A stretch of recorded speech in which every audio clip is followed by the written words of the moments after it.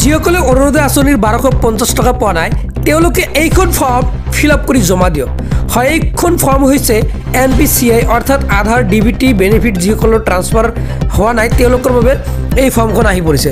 চাওক ইয়াতে লিখাই আছে application for linking seeding Aadhaar number and receiving DBT benefits ইয়াতে দিয়াই আছে।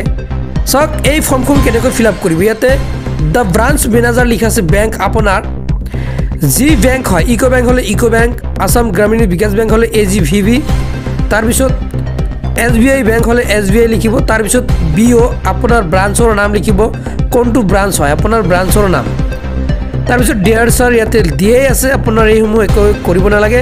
এতিয়া 1 নম্বৰত দিয়া আছে I am having A saving bank account number, ইয়াতে আপোনাৰ বেংকৰ একাউণ্ট নাম্বাৰ দিব, তাৰপিছত তলৰ যিটো খালী ঠাই আছে আপুনি তাতে নাম লিখিব, যেনেকৈ নাম আছে তেনেকৈ আপুনি নাম লিখি দিব লাগিব বেংক একাউণ্টত যেনেকৈ নাম আছে। এতিয়া আপোনাৰ 2 নম্বৰত এইসমূহ একো কৰিব নালাগে, তলত আহিব এটা চাওক সিগনেচাৰ থাম ইমপ্ৰেছন অফ কাষ্টমাৰ, ইয়াতে স্বাক্ষৰ কৰিব লাগিব অৰ্থাৎ সিগনেচাৰ কৰিব লাগিব যাৰ নামত বেংক একাউণ্ট আছে।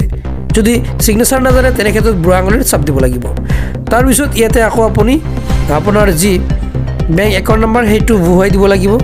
এতিয়া স্ক্ৰল ডাউন কৰি তলত আহিব, এইসমূহ ফিল কৰিব নালাগে, ইয়ৰ ফেথফুলি সিগনেচাৰ কৰিব লাগিব। সিগনেচাৰ বা বুঢ়া আঙুলিৰ চাপ দিব, তাৰপিছত নাম চাব, নাম লিখিব যেনেকৈ নাম আছে, মোবাইল নম্বৰ দিব, তাৰপিছত ইমেইল ID, তাৰপিছত কপি অফ আধাৰ অৰ্থাৎ আধাৰ কাৰ্ডৰ যিটো ফটো আপুনি জেৰক্স কৰিব লাগিব, তাৰপিছত সেল্ফ এটেষ্টেড কৰিব। তাৰপিছত আকৌ আপুনি হোচাইডত চাব সিগনেচাৰ আৰু এখন সিগনেচাৰ কৰিব লাগিব। এনেকৈ কৰি আপুনি ডেট হিচাপত ওপৰত চাব ডেট আছে, সেই ডেটটো আপুনি দি দিব কিমান তাৰিখত আবেদন কৰি আছে, সেই হিচাপত ডেটটো দি আপুনি আপোনাৰ বেংকত জমা দিব। বেংকত জমা দিয়াৰ পিছত আপোনাৰ এইটো ডিবিটি লিংক হৈ যাব, তাৰপিছত আপুনি টকা লাভ কৰিব। আৰু যিসকলে অনলাইনত আবেদন কৰিব বিচাৰিছে তেওঁলোকে NPCI লিখিলেই আহি যাব ৱেবছাইট, সেই ৱেবছাইটৰ পৰা লিংক কৰি ল'ব পাৰিব। এতিয়া এই ফৰ্মখন কোনে কোনে জমা দিলে টকা লাভ কৰিব। চাওক, যদি অৰুণোদয় আঁচনি 3.0 চূড়ান্ত লিষ্টত নাম আহিছে তেনে ক্ষেত্ৰত আপুনি এই টকা লাভ কৰিব।